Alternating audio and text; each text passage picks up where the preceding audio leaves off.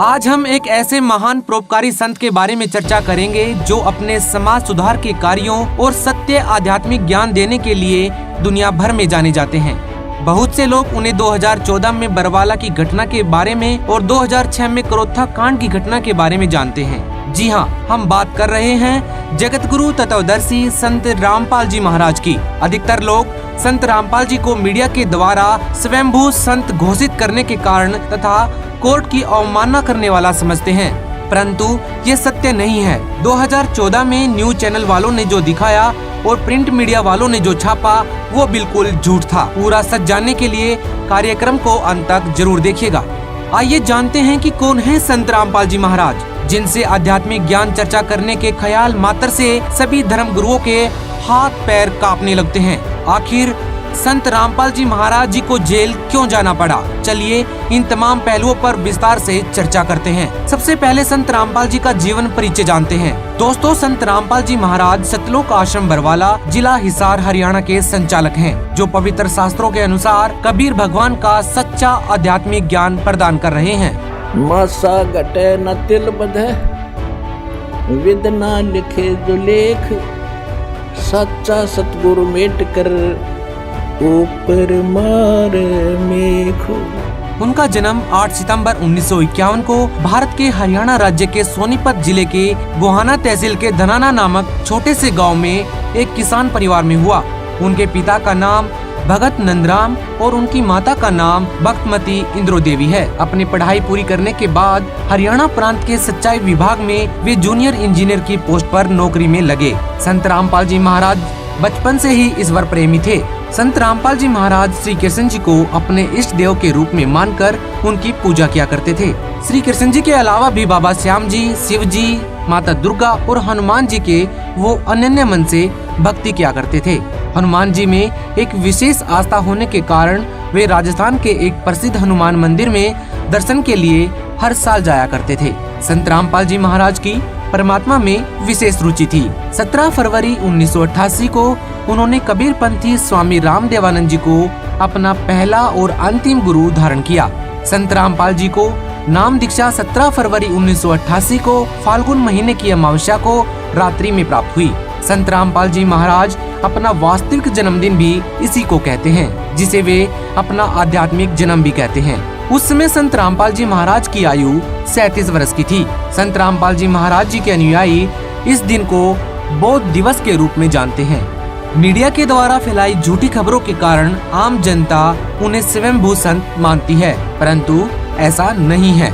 सन 1993 में स्वामी रामदेवानंद जी महाराज ने संत रामपाल जी को सत्संग करने की आज्ञा दी तथा सन 1994 में नामदान करने की आज्ञा प्रदान की। स्वामी रामदेवानंद जी ने वर्ष 1994 में उन्हें अपना उत्तराधिकारी यह कहते हुए चुना था कि इस पूरी दुनिया में आपके जैसा कोई दूसरा संत नहीं होगा। ये सारा विवरण प्रसिद्ध फ्रेंच भविष्यवक्ता श्री नास्तादेमस जी की भविष्यवाणी से पूर्ण रूप से मेल खाता है, जो पृष्ठ संख्या 44-45 पर लिखी है।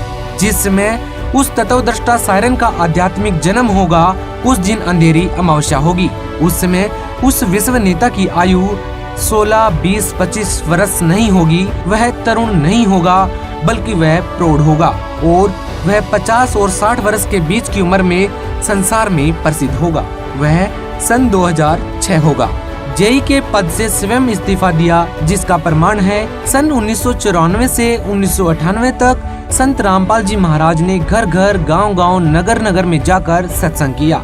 1994 से आज सन 2021 तक 27 सालों में उनके बहुसंख्या में अनुयायी हो चुके हैं। भक्ति मार्ग में लीन होने के कारण संत रामपाल जी महाराज ने अपनी जेई की पोस्ट से सन 1995 में त्याग पत्र दे दिया, जो हरियाणा सरकार के द्वारा 16 मई 2000 को पत्र क्रमांक 34923500 दिनांक 16 मई 2000 के तहत स्वीकृत है। आखिर संत रामपाल जी को जेल क्यों जाना पड़ा? ऐसे न्यूज की टीम ने इस प्रश्न का उत्तर जानने के लिए एक स्पेशल पड़ताल की।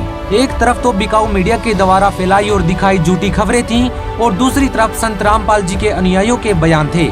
हमने इस बात की जड़ तक पहुंचने के लिए संत जी के आश्रमों से लेकर उनके घर तक की जांच की।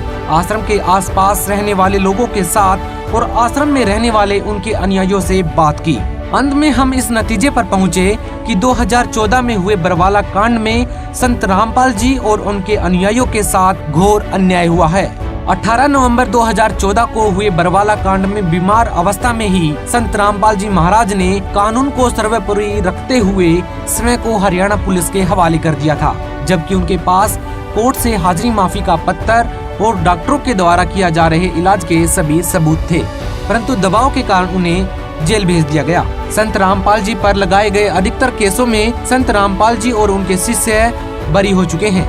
सरकार और प्रशासन ये जानते हैं कि संत रामपाल जी बिल्कुल बेकसूर हैं, जिसके बावजूद भी वे आज तक जेल में ही हैं। आखिर क्यों जेल में बंद होने के बावजूद भी महीने के 30 दिन सोशल मीडिया पर उनके नाम का परचम फहराता रहता है। दोस्तों, सप्ताह के लगभग हर दूसरे दिन संत रामपाल जी महाराज जी का टैग ट्विटर पर नंबर 1 पर ट्रेंड कर रहा होता है। संत रामपाल जी का ज्ञान इतनी तेजी से लोगों के दिलों में अपनी जगह बना रहा है कि मानो कोई तूफान उठा हुआ हो, जिसे रोकना मुश्किल ही नहीं नामुमकिन है। संत रामपाल जी के शिष्य ट्विटर, फेसबुक आदि सोशल मीडिया प्लेटफॉर्म पर समाज सुधार के कार्यों से संबंधित टैग चलाते रहते हैं। टैग के माध्यम से संत रामपाल जी के द्वारा बताए जा रहे शास्त्र आधारित ज्ञान और सत्संगों को देखने के लिए लोगों को प्रेरित करते हैं, ताकि संपूर्ण मानव जाति का उद्धार हो सके। यही संत रामपाल जी का उद्देश्य भी है कि कबीर जी के बताए मार्ग पर चलकर हम सभी सतलोक हमारे निज धाम यानी कि हमारे उस स्थान पर पहुंच सकें जहां पर कभी जन्म मृत्यु नहीं होती है। टॉप ट्रेंड इसलिए करते हैं क्योंकि लोग उन्हें बेहद पसंद करते हैं। उनके टैग्स जैसे कि #stop killing animals, #stop dowry system, #stop consuming intoxicants, #boycott Bollywood आदि सामाजिक बुराइयों पर एक कड़ा प्रहार करते हैं। संत रामपाल जी समाज सुधार के अनेकों कार्य कर रहे हैं। रिश्वत, मांसाहार, नशा, चोरी, बलात्कार, मिलावट, अश्लीलता, नाच गाना, दहेज प्रथा के खिलाफ भी संत रामपाल जी के टैग्स खूब ट्रेंड करते हैं, क्योंकि सभी लोग इन बुराइयों के खिलाफ एकजुट सोच और आवाज करके इन बुराइयों को समाज से सदा के लिए मिटा सकते हैं। सतगुरु रामपाल जी महाराज धर्म के नाम पर चल रहे गोरख धंधे को उजागर करके पाखंडियों का खुलेआम पर्दाफाश करते हैं। धर्म ग्रंथों के यथार्थ ज्ञान के आधार पर प्रमाण देकर नकली गुरुओं की पोल खोलकर पाखंडवाद का सफाया करते हैं। इसके अलावा व्यवस्था में व्याप्त भ्रष्टाचार को भी सार्वजनिक करके उसकी जड़ों को उखाड़कर फेंकने का कठिन कार्य भी संत रामपाल जी महाराज ने किया है। नशाखोरी, दहेज प्रथा जैसी कई सामाजिक कुरीतियों को बंद करने के लिए भी कई महत्वपूर्ण कदम उठाए हैं। रक्तदान, अन्नदान और देहदान आदि परमार्थ के कार्य करने के लिए लाखों लोगों को प्रेरित किया गया है। आज संत रामपाल जी महाराज जी के सानिध्य में सैकड़ों जगहों पर निशुल्क रक्तदान शिविर और देहदान शिविरों का आयोजन किया जाता है। संत रामपाल जी के आश्रमों में 24 घंटे निशुल्क भंडारा भी चलता रहता है।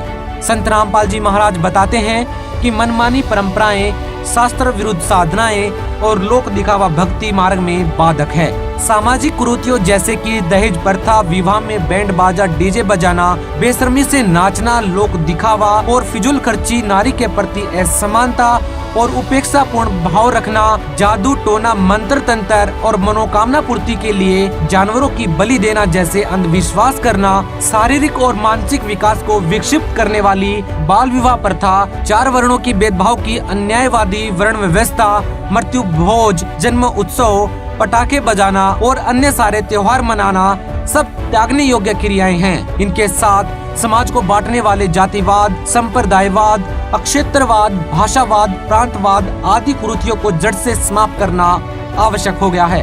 संत रामपाल जी के द्वारा दी गई शिक्षाओं से उनके भक्त सभी कुरीतियों से पूरी तरह से दूर हो चुके हैं और लोगों को भी इन बुराइयों को छोड़ने के लिए प्रेरित करते हैं। यही कारण है कि संत रामपाल जी महाराज के जेल में होने के बावजूद लाखों लोग उनसे नाम दीक्षा ले रहे हैं, क्योंकि उनका सत्ज्ञान ऐसा है जिसे समझ में आ जाता है, फिर वह बुराइयों से कोसों दूर हो जाता है।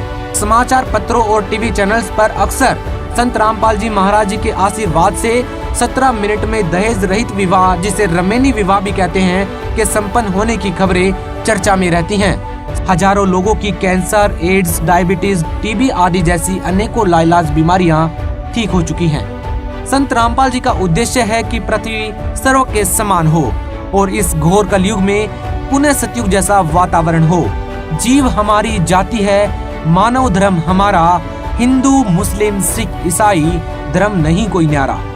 जगत गुरु तत्वदर्शी संत रामपाल जी महाराज जी के 71वें अवतरण दिवस के उपलक्ष्य में 8 सितंबर 2021 को एक विशेष कार्यक्रम साधना टीवी पर सुबह 11 बजे से 1 बजे तक और श्रद्धा चैनल पर सुबह 10 बजे से 1 बजे तक आयोजित किया जाएगा। इस वीडियो को देखने वाले सभी भाई बहनों से निवेदन है कि उस कार्यक्रम को श्रद्धा पूर्वक अवश्य देखिएगा और संत रामपाल जी महाराज से नाम दीक्षा लेकर महान परिवर्तन के इस परोपकारी कार्य में अपना सहयोग दें और परोपकारी संत रूप में आए परमात्मा को पहचानें। आपका बहुत बहुत धन्यवाद दोस्तों।